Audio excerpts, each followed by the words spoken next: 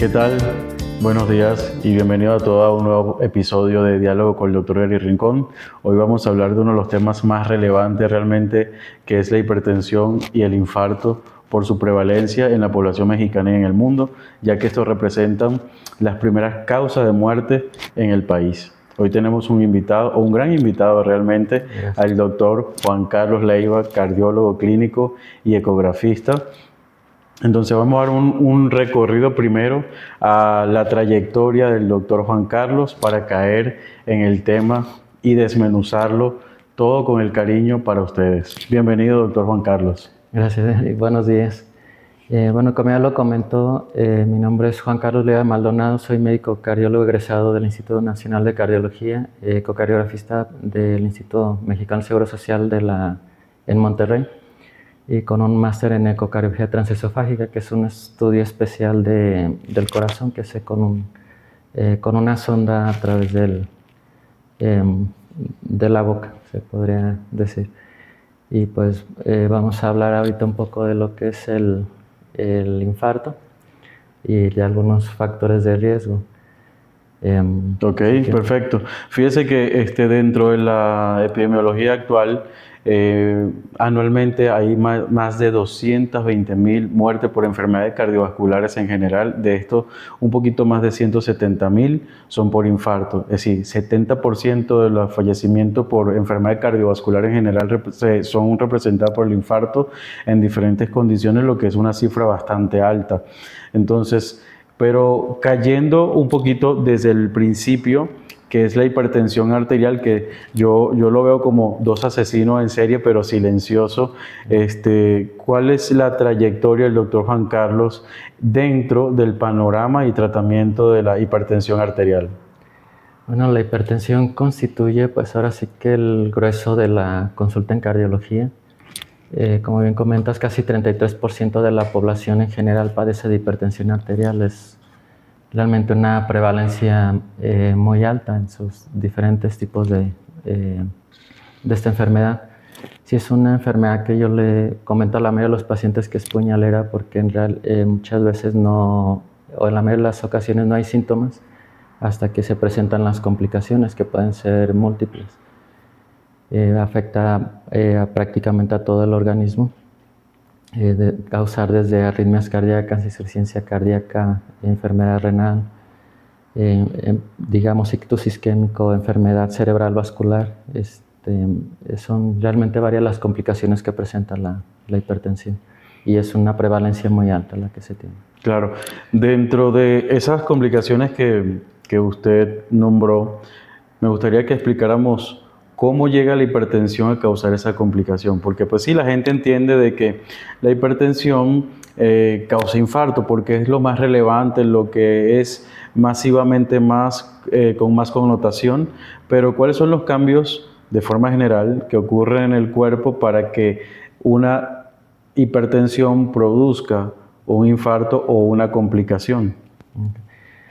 Bueno, la hipertensión se conoce como una enfermedad multifactorial, o que tiene muchos mecanismos por los cuales se produce. Digamos que viéndola en una forma sencilla o fácil de explicar, el corazón maneja dos presiones que la mayoría de las personas conocen como la presión alta y la presión baja, que vienen siendo la sistólica y la diastólica. Claro. La presión sistólica es el esfuerzo que hace el corazón para bombear la sangre, y la presión diastólica es la presión residual, o la presión que queda para que la sangre continúe, digamos, su trayecto a través de las arterias.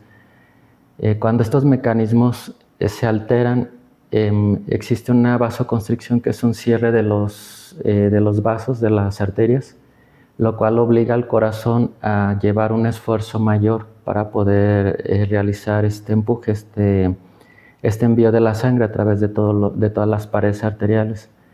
Entonces, al aumentar este esfuerzo, origina el incremento en la presión, y esto a lo largo del tiempo va creando una inflamación en las paredes del corazón, lo que se conoce como ventrículo izquierdo.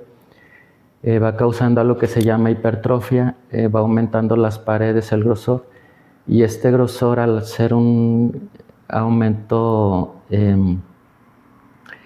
inflamatorio por enfermedad, no que sea como por ejemplo con el ejercicio, esta inflamación va originando que esto desencadene una remodelado, se le llama en medicina, que es un cambio en las estructuras de la pared o del corazón, que a la larga va llevando a insuficiencia cardíaca, a que estas paredes se venzan, se abra la cavidad y ya no tenga la fuerza suficiente para bombear. Esto es lo que se conoce como insuficiencia cardíaca sistólica. O bien las paredes por la inflamación se tornan rígidas y eso crea una falta de relajación, que es lo que se conoce como insuficiencia diastólica. O sea, hay dos tipos de insuficiencia cardíaca. Una solo por aumento, digamos, de la rigidez de las paredes, sin que esté completamente crecido el corazón, y otro ya por la dilatación o el vencimiento de la fuerza del corazón. También esta inflamación puede originar arritmias, que digamos el latido del corazón ya no sea parejito, sincrónico, sino que sea irregular por diferentes mecanismos. Al haber la inflamación se desencadenan diferentes lugares por los cuales se da el estímulo para que se esté contrayendo el corazón y ya no sea una contracción eficiente, por llamarlo de esa forma. Sí.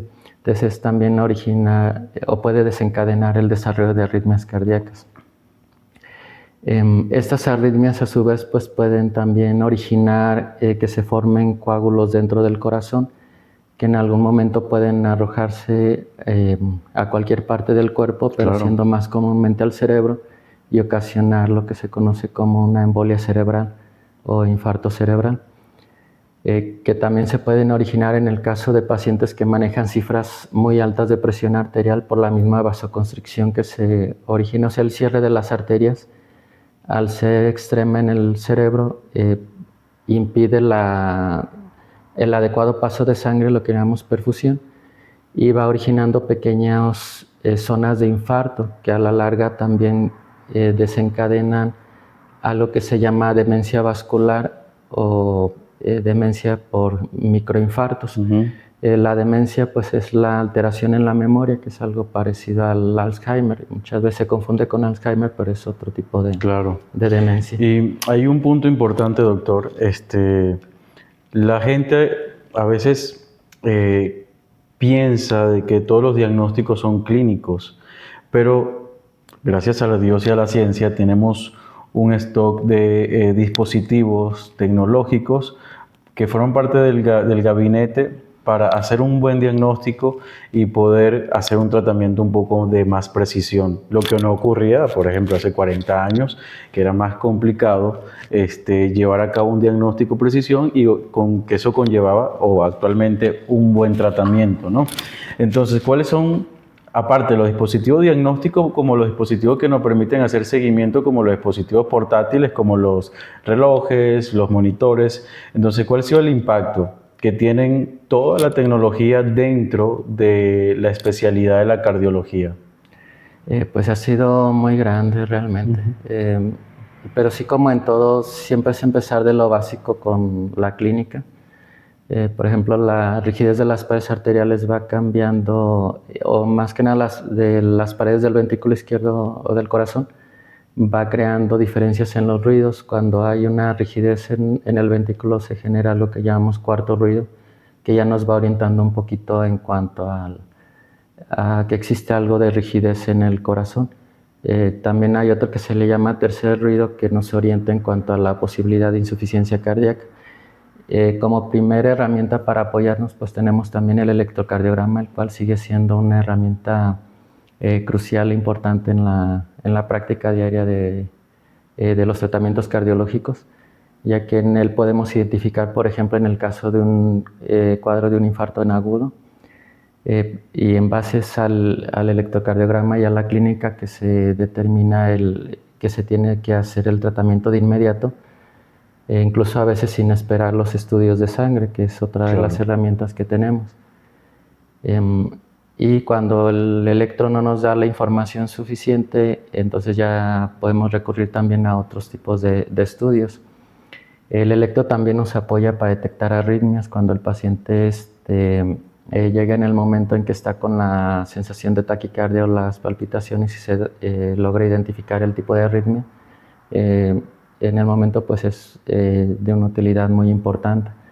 Obviamente si hay arritmias que aparecen por lapsos de tiempo y puede salir el electrocardiograma normal y ahí tenemos que apoyarnos en otro tipo de herramientas. Igual en el caso del infarto, pues también existen marcadores en sangre que nos son de utilidad para determinar un infarto agudo, como son la troponina y las enzimas cardíacas y la mioglobina, que aparte nos dan un factor o un apoyo pronóstico. Cuando existe duda en el dolor, que digamos tenemos la idea de que el dolor pudiera ser angina de pecho, o todavía no existen datos para pensar en un infarto, existen algunas herramientas para descartar o confirmar el diagnóstico. Entre ellos tenemos la prueba de esfuerzo, en el cual previa a una estadificación del paciente, si vemos que es un paciente de riesgo intermedio y que no tiene limitación para realizar una actividad como correr o trotar, nos brinda una información importante para confirmar o descartar un riesgo de infarto. En el caso de pacientes con un riesgo un poco más avanzado o bien que no pueden realizar una actividad como subirse a una banda, podemos hacer lo que es un ecocardiograma de estrés con dobutamina. El ecocardiograma, que también se utiliza en reposo, nos da información muy valiosa en cuanto a lo que es la función del corazón, cómo está estructuralmente, si hay alguna malformación de nacimiento, si alguna válvula no está funcionando adecuadamente, si ya existe pérdida de movilidad por un infarto previo. Algunas veces hemos visto electrocardiogramas normales y al momento de hacer el ecocardiograma se ha logrado comentar un infarto antiguo, a veces sin que... Claro, y que la gente no se dio cuenta en algún momento. Así es. Existe también lo que se llama precisamente isquemia silente, que hay personas que no tienen dolor y ya han presentado un infarto y se logra identificar. Y eso tiene que ver mucho con la parte genética, con los sistemas de adaptación del cuerpo, en que una persona son más sensibles a los síntomas o dan síntomas mucho más llamativos y otras personas son síntomas, como ha dicho, silentes, o que realmente no son tan rigurosos como que obliga a una persona con sensación de muerte, que es lo que realmente obliga a una persona a ir al médico. Hay varias condiciones especiales donde no da los síntomas clásicos de infarto, que es lo que la gente conoce, que es el dolor de pecho. Sí. Pero hay otros síntomas que son síntomas muy difusos y que es importante que la gente sepa cuáles son esos síntomas que pueden hablar de un infarto y cuáles son esas condiciones que la gente desconoce. Sí. Pues nada más para terminar un poquito de ese, también tenemos el eco de estrés, es aplicar un medicamento con el cual se logra también, ya se ha confirmado descartar la presencia de la angina de pecho o de cardiopatía isquémica, se le llama. Como alternativa a ese tenemos lo que es la perfusión miocárdica. Claro. Y también existe la posibilidad de realizar como monitoreo como escrutinio lo que es una angiotomografía de arterias coronarias, que también brinda información valiosa sobre la anatomía del corazón. Claro. Y ya en casos avanzados o que se requiere de una terapia de reperfusión, pues tenemos lo que es la angiografía o el cateterismo cardíaco. Con respecto a lo de los síntomas, muchas veces sí llegan a pasar desapercibidos porque existe lo que se llama un dolor atípico. Este dolor atípico no es el clásico dolor se le llama de tipo opresivo o ardoroso en el pecho, que se corre a la espalda o al hombro o al brazo, que es el que la mayoría de la gente conoce, con sensación de muerte inminente, sudoración y deseos de vomitar o deseos de orinar o de hacer de la popó cuando se tiene el dolor. Y que se conoce como un dolor intenso la mayoría de las veces. Hay personas que pueden tener un dolor sutil, no tan intenso, a veces manifestarse únicamente con pura sudoración, sin necesidad de tener todo lo demás, los demás síntomas. O bien la mayoría cuando tienen nada más angina se manifiestan solo con la sensación de ahogo o de falta de aire al realizar una actividad física, la cual va siendo cada vez más limitante. Por ejemplo, empiezan con dolor de pecho o sensación de ahogo al caminar por un decir 500 metros, luego 100 metros, luego una cuadra, después con solo subir 2, 3 escalones y después caminan 3 pasos y sienten que se están ahogando o se agachan para abrocharse las agujetas y empiezan a sentir que se ahogan. También hay otros dolores que son atípicos, como por ejemplo puede existir un dolor en la boca del estómago, que igual puede ser de tipo ardoroso y ser confundido con una gastritis. Claro. De hecho, eso es muy común porque muchas veces piensan que es gastritis, están tomando medicamento para la gastritis sin haber consultado antes y pues se permite que el proceso avance y Claro. con las secuelas que puede llevar el infarto. Y otras de los dolores que pueden ocurrir es un dolor de tipo igual opresivo, pero en la mandíbula y que puede afectar también la arcada dentaria o la parte inferior de los dientes.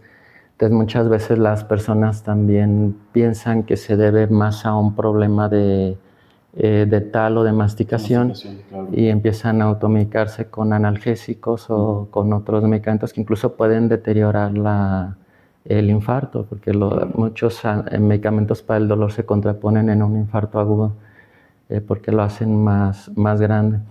Entonces son dolores que muchas veces se confunden y que se conocen como atípicos. Sí, claro. El dolor en la mandíbula, que de hecho el dolor en la mandíbula tiene una especificidad muy alta, que generalmente es más indicativo de un problema cardíaco que el propio dolor en el lado izquierdo del pecho. Entonces es uno de los que más se tiene que tener precaución. Sí, de hecho hay condiciones como la diabetes que son esas condiciones donde el dolor es atípico. De hecho, Sí. donde yo me formé, el Hospital Militar Carlos Arroyo en Caracas, tenían como protocolo en todo paciente diabético con dolor abdominal era obligatorio hacer un electrocardiograma.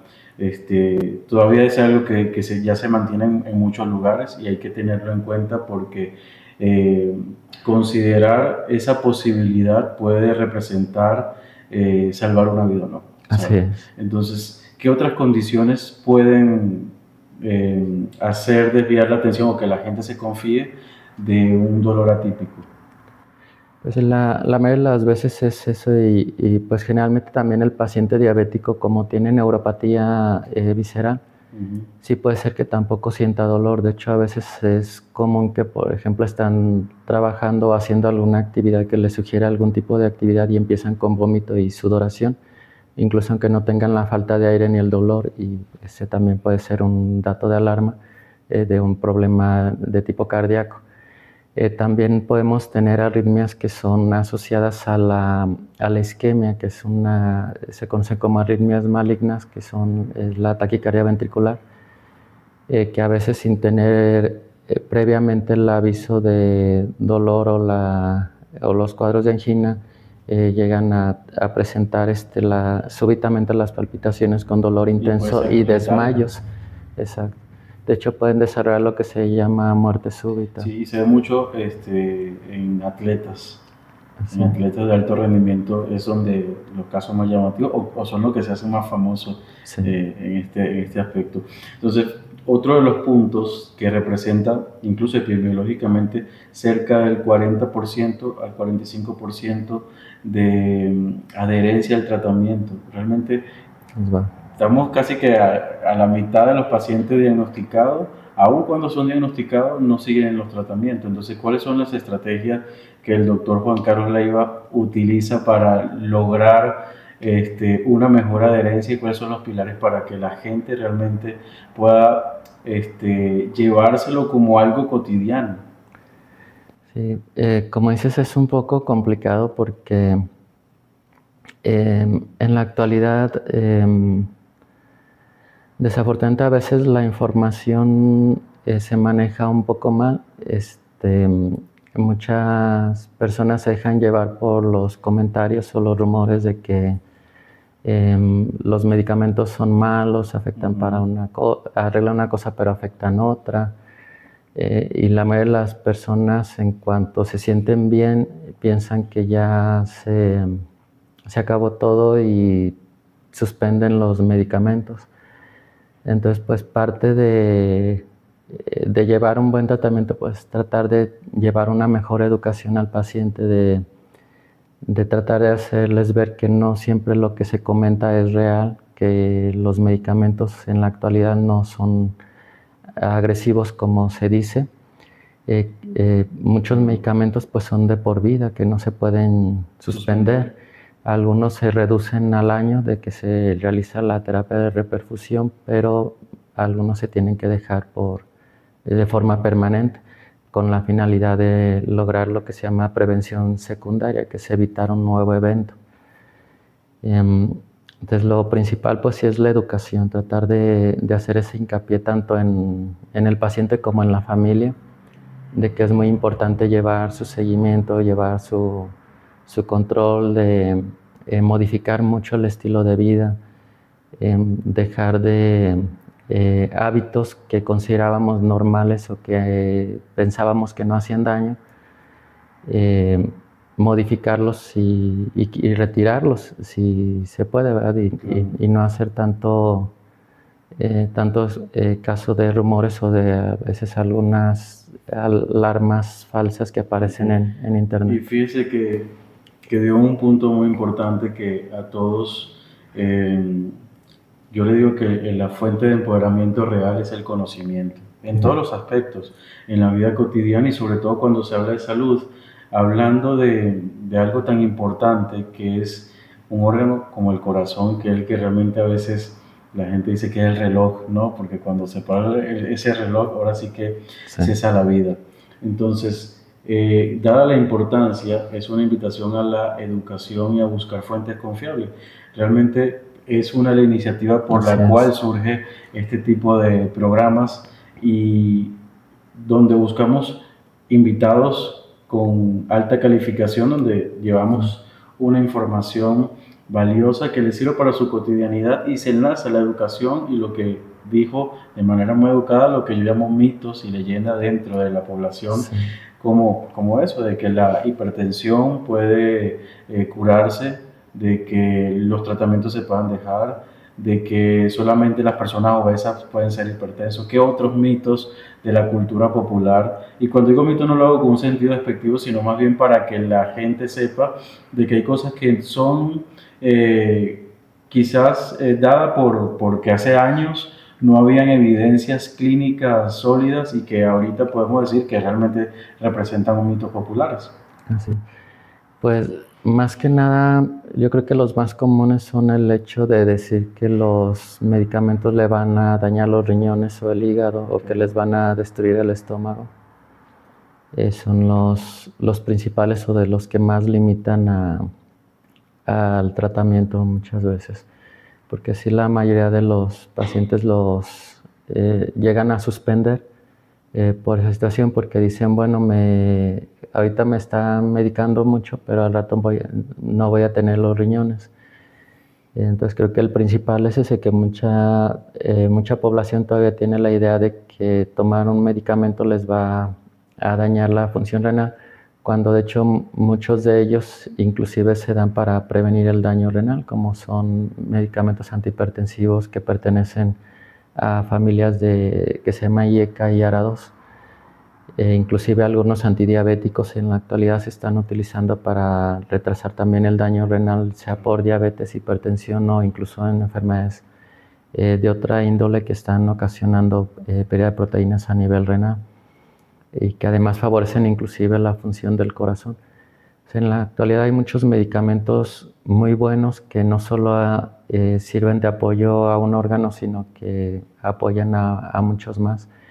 El tomar varios medicamentos pues tampoco significa que sea algo malo o que ya le quede poco tiempo de vida, porque muchas veces también ese mito existe de que si ya están tomando muchos medicamentos porque ya prácticamente no van a vivir, y tampoco va por ahí. Generalmente lo que se busca con el tratamiento es que el paciente tenga calidad de vida, porque yo creo que es lo más importante, tener la mejor calidad de vida el mayor tiempo posible, no estar con una mala calidad de vida en la que no pueda realizar ningún tipo de actividad, en la que esté postrado en cama. O sea, creo que la fase fundamental es la calidad de vida. Claro. Si volvemos al punto de inicio, las cifras de enfermedades cardiovasculares y la cantidad de infarto que hay, quiere decir que todavía falta mucho por mejorar, porque estamos hablando que aún 50% de los pacientes diagnosticados no tienen adherencia al tratamiento, 70% de los pacientes con alguna enfermedad cardiovascular se infartan de igual manera. ¿Cuáles son las pruebas que pueden predecir un infarto para que la gente lo sepa